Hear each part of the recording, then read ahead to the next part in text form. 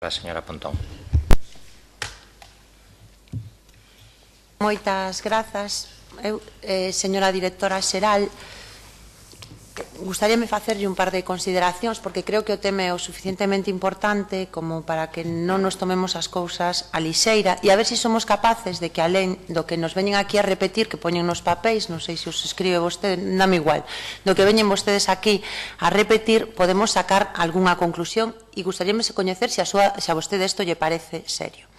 No ano 2013 eran as mesmas competencias que nos temos agora, non? Ata aquí creo que podemos estar de acordo. Porén, no ano 2013 a Xunta anuncia que vai a coordinar os aeroportos e que para eso fai un plan estratégico. Nos preguntámonos, entón, no ano 2013 a Xunta estábanos enganando, estábanos tomando o pelo, aquelo tiña visos de ser algo serio ou por que agora de repente a Xunta non pode facer nada en política aeroportuaria? Explíquenos vostede iso.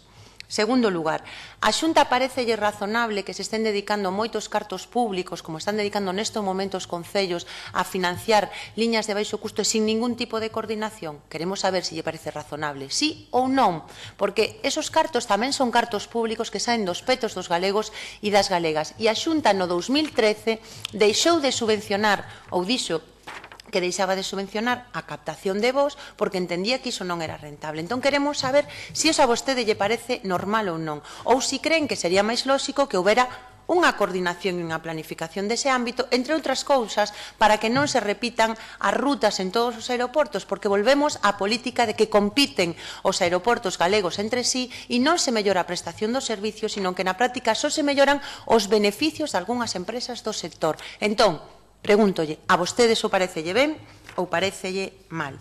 Terceira cuestión, parecelle serio que coa situación que teñen os aeroportos galegos e co problema real que hai, haxa casi un ano que non se reúne ese comité de coordinación aeroportuaria e a Xunta diga que ela, como é a competencia do Estado, non vai con vostedes? Entón, se o Estado non funciona, vostedes son ali convidados de pedra, porque é o que vostede literalmente ven a decirnos. E se cree que é serio que se prometa e que se veña aquí a propia ministra a facer unha promesa de non sei cantas rutas e que o que teñamos sexa o desastre e un paripé, porque é o que hai que decir en relación con como se toman este asunto, que nos toman, desde logo, por un pouco por parvos e parvas, porque é a conclusión que eu saco. E, finalmente, imos ver.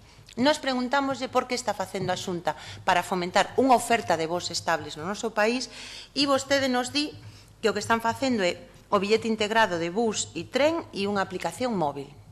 Entón, eu sei que tren podo coller, eu sei que bus podo coller e chego ao aeroporto e que fago? A ver, é que eu creo que hai que ser un pouco máis serio e seria a hora de responder e de enfrontar os grandes retos do país. E pareceme, de verdade, moi ben que a vostede lle faga gracia a situación. A nós ningunha. E parécenos un tema o suficientemente serio como para que a Xunta asuma algún papel.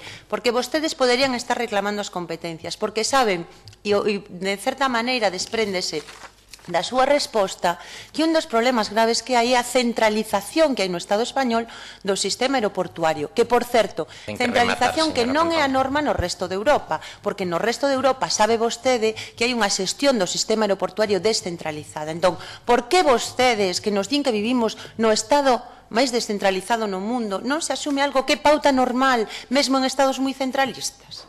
Entón, por que a Xunta, e repetimos, o señor Núñez Feijóo, que reclamaba as competencias cando estaba na oposición, agora prefire non ter competencias e botarlle a culpa aos demais, mentres os aeroportos galegos, pois claramente, están abocados a unha situación moi preocupante, porque hai aí unha privatización sobre a mesa. Sabemos o que iso pode supoñer para o sistema aeroportuario do noso país, ou é que a Xunta está abogando porque pechen e o Partido Popular algúns dos aeroportos que hai? Creo que sería moi interesante e moi importante coñecer a súa opinión e que realmente se tomen en serio este tema. Eu xa vexo pola súa resposta que non se toman en serio o Parlamento, pero, por favor, tómense en serio un asunto que é tan importante para o noso país. Moitas grazas.